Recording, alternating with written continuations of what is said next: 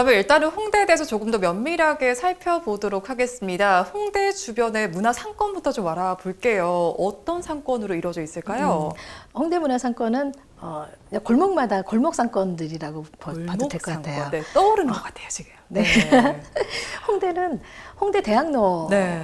그다음에 뭐 연남동, 합정동, 망원동 확장되고 있죠. 네. 그래서 홍대 그 문화상권을 권역별로 보게 되면 실제로 메인은 그냥 클럽거리겠죠. 우리 뭐 10대, 20대들이 가장 좋아하는 클럽거리, 그다음에 홍대 정문에서 뭐 그다음에 뭐 잔다리길, 그다음에 상상마당 거리, 그다음에 또 희한하게 홍대는 또 주차장길이라는 게 또 있어요. 홍대 주차장, 주차장에 맞아요. 네. 네, 그 라인에도 먹자 골목들이 굉장히 그렇죠. 많이 네. 있어요. 그리고 그 라인들이 또 합정동 카페 거리 쪽으로도 또 이어져요. 네. 맞아요. 합정까지도 맞아요. 이어지죠. 네. 맞아요. 네. 그래서 합정동 라인의 카페 거리와 또 홍대하고 같이 이렇게 대학로하고 연결되는 코너하고 그 다음에 또 상수동으로도 연결이 되죠. 네. 그다음에 이제 북쪽으로 보게 되면 우리가 뭐 도로명들이 보게 되면 뭐 오복길, 다복길 뭐 이런 길들이 복이 있어요. 많은 길들이네요. 네, 네. 그렇죠. 그다음에 또 그냥 경의선 숲길을 건너면서 그냥 연남동으로 이어지는 길들이죠. 그래서 경의선 숲길 공원도 있고, 네. 그다음에 연남동에 그 동진시장이라고 그 먹자골목 네. 시장이 있어요. 또 맛있는 것들이 굉장히 많이 네. 있어요. 그다음에 또 남쪽으로 이제 합정동 이제 어떻게 보면 큰 도로를 기준으로 해서 네. 그냥 건너편이라고 보면 되겠죠. 남쪽으로는 이제 합정동에 이제 카페 거리들도 있고요. 네. 그다음에 또 상수역 인근도 또 그쪽도 많이 발전이 됐고, 망원동도 망원 시장 중심으로 많이 됐고, 그다음에 그 도로를 더 밑으로 한강 가까이로 네. 보게 되면 당인리 발전소도 또 거기까지 다 홍대 권역으로. 네. 그래서 홍대 권역이 점차적으로 많이 확대되고 있는 상황입니다. 네, 홍대 이제 문화상권 네. 말씀을 해주셨는데요. 부동산과도 또 연결을 해봐야 하잖아요. 네. 어떤 유형이 또 있을까요? 네. 홍대는 문화 공간들이 약간 소비의 공간이에요. 소비의 공간. 네. 네. 그래서 우리가 문화 소비라는 단어를 또 얘기할 수도 있겠는데, 사람과 사람들이 서로 커뮤니티를 하면서 뭐 커피를 마시기도 하고 밥을 네. 먹기도 하고 술을 먹기도 해요. 예. 그렇게 되면 결국은 이런 먹거리 공간들이 사람들한테 새로운 또 소비 공간들을 만들어낼 수가 있거든요. 네. 그러면 이게 어떤 상업적인 거와 같이 만나게 되면 훨씬 더 이 부동산의 또 영역으로 또 들어오게 되면 실제 부동산의 그 지역에 있는 그 부동산 아니면 그 자리에 있는 공간들이 네. 또 상업적인 요소들을 또 가치를 또 부여하게 되는 역할이 되게 되는 거겠죠. 그래서 결국은 이 홍대 상권은 문화 소비 공간 영역이 지속적으로 확대되면서 상업 용도가 더 확산이 된다라고 보시면 되겠죠. 그러면 굉장히 여러 가지 공간들이 있을 것 같고 또 네. 특성도 굉장히 네, 특이할 맞아요. 것 같거든요. 네. 네. 그래서 이런 상업 공간에서는 서로들 우리가 이제 학문적으로는 얘기를 할 때 네. 커뮤니티가 서로들 공존하는 소비 공간이다. 네. 그다음에 어떤 뭐 개인적으로 소통할 수 있는 어떤 소통의 공간이다. 네. 뭐 결국은 이런 그 문화 공간하고 부동산하고 같이 엮게 되면 결국은 융합적인 요소들이 생겨나는 거거든요. 네. 그래서 우리가 융합 문화라는 얘기들을 많이 하는데, 융합 문화. 네. 네. 우리가 90년대 때 뭐 그 20세기 후반에는 네. 퓨전이라는 단어를 많이 썼어요. 퓨전. 네. 네. 네. 근데 이제 21세기에 들어서면서 이건 이제 복합 융합적인 단어를 네. 쓰거든요. 근데 지금 현재 문화 공간들이 지역별로 특히나 홍대에서는 이 융합 공간들이 더 많이 형성이 되고 네. 더 구체화되고 더 확장된다라고 보시면 되겠어요. 네. 그런 것들이 확장되는 공간이다라고 말씀해 네. 주셨는데, 그럼 사실 이제 홍대 하면 또 떠올릴 수 있는 게 뭐 리모델링 관련해서도 이야기를 또 해볼 수 있을 네, 것 같아요. 맞아요. 이 가치는 또 어떻게 평가되는지 궁금하거든요.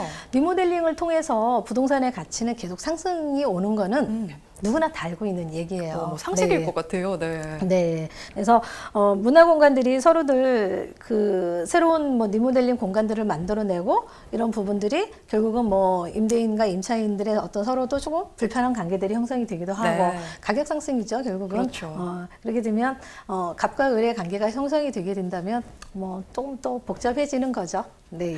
네, 그러면 이 홍대라는 공간은 어떻게 정리를 해볼 수 있을까요? 네. 홍대는 서로 관찰하고 관찰되는 공간들이거든요. 관찰하고 네. 관찰되는 공간. 서로 이렇게 네. 바라보는 공간이에요. 서로 바라보는 공간. 네. 그래서 홍대는 저는 항상 그래요. 홍대에 대한 얘기를 할 때마다 서로 사람들이 많은 인파들이 모여들면서 네. 서로를 관찰을 하게 되거든요. 오, 네. 특히나 10대, 20대들은 더 타인을 더 많이 의식을 하거든요. 그래서 서로 저 친구가 어떻게 입었네? 어떻게 또 뭐. 무슨 말씀이신지 이해가 돼요. 네. 그렇죠. 네. 그래서 서로 관찰하고 이 관찰되는 서로의 공간들에서 또 새로운 또 문화들이 형성이 되고 또 그게 같이 문화가 또 믹스되어지는, 보여지는 공간들이 네. 생겨나게 되는 거죠. 그래서, 문화 공간에 대해서는 뭐 이런 게 가장 큰 특징일 것 같아요. 네. 결국은 10대, 20대들이 홍대라는 공간에 갔을 때, 내가 오늘 이렇게 이쁘게 입었는데 저 친구는 더 이쁘게 입었네.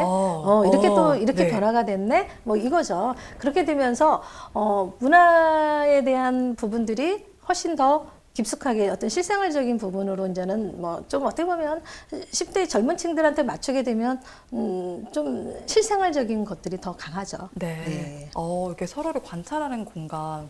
또 부동산적인 측면에서는 또 어떻게 간단하게 정리해 볼 수 있을까요?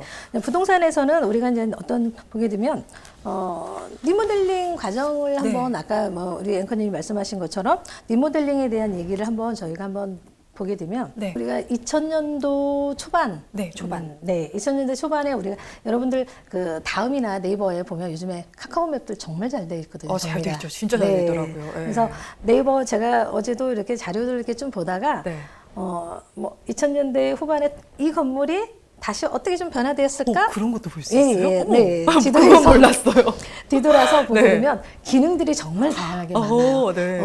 저도 실제적으로 네. 잘 그렇게 보지는 않았는데 네. 현재 자료만 이렇게 막 눈여겨보다가 네. 새로 리모델링한 건물을 하나 사례를 이렇게 좀 찾아보다가 보니까 2008년도, 9년도 사진하고 그 다음에 또 조금씩 2, 3년, 4, 5년 변화지는 2010년대 초반에서까지는 빌라였어요. 일반 그 사람들이 그냥 주택으로 거주하고 있는 지역이었는데 그게 이제는 홍대에서는 가장 많이 드러나요.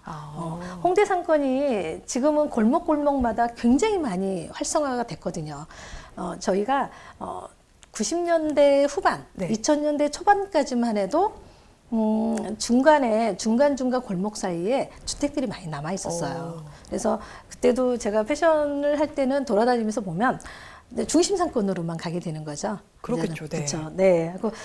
그때 당시에 보여졌던 공간들은 정말 좀 어떻게 보면 진짜 누구나 뭐 그래 저게 저게 패션 문화야 네. 뭐 이렇게 할 정도의 이런 골목들이었는데 사이사이에 어느 순간에 조금씩 보세 이런 옷들이 들어가기도 네. 하고 어떤 액세서리 자파나 이런 부분들이 들어가고 하다가 점점점 이게 이제는 어떻게 보면 어떤 뭐 편집샵의 개념처럼 네. 싹 변화가 되는 거죠. 그래서 공간들이 형성이 되면서 이제 부동산에 대한 얘기를 우리가 굳이 이제 거기다가 이 얘기를 하게 된다고 하면 주택을 우리가 리모델링을 하게 되면 일차적인 변화가 와요. 그렇죠. 그럼 어떻게 네. 보면 상업적인 요소가 이제는 첨부가 되면서 네. 가격 상승이 오는 거죠. 결국은 일차적으로 한번 오고 그러다가 보면 다시 더 세련된 공간으로 또 다시 이제는 변화가 되면 거기에 이제 문화라는 요소들이 이제 겹치게 돼요.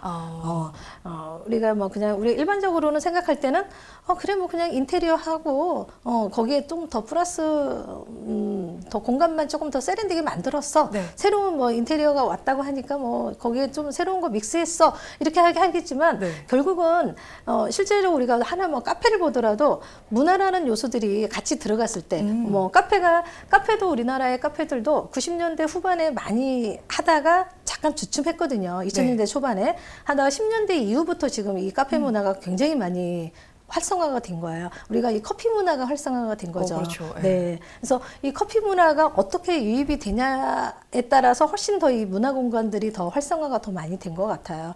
결국은 뭐 대기업도 많이 진출을 했고, 많이 진출했죠. 네. 그 다음에 이제는 항상 이게 보면 문화라는 거는 서서히 처음에 시작은 스타트는 개인이 조금 준비를 네. 하다가 거기에 어떻게 상업적인 요소가 되게 되면 대기업들이 또 진출을 하게 되죠. 거대자본들이. 네. 거대자본들이 들어오게 되면 또 거기에 다시 또 사이사이 또 니치 마켓이 또 형성이 돼요. 네. 그렇게 되면 또 다시 또 개인이 새로운 투자를 또 유형을 가지고 들어오게 되는 거죠. 결국은 이 문화공간들은 대기업의 자본하고 플러스 개인 소자본의 투자들이 같이 믹스가 되면 훨씬 더 세련되어지고 훨씬 더 고급화가 된다고 저는 그렇게 생각을 듭니다.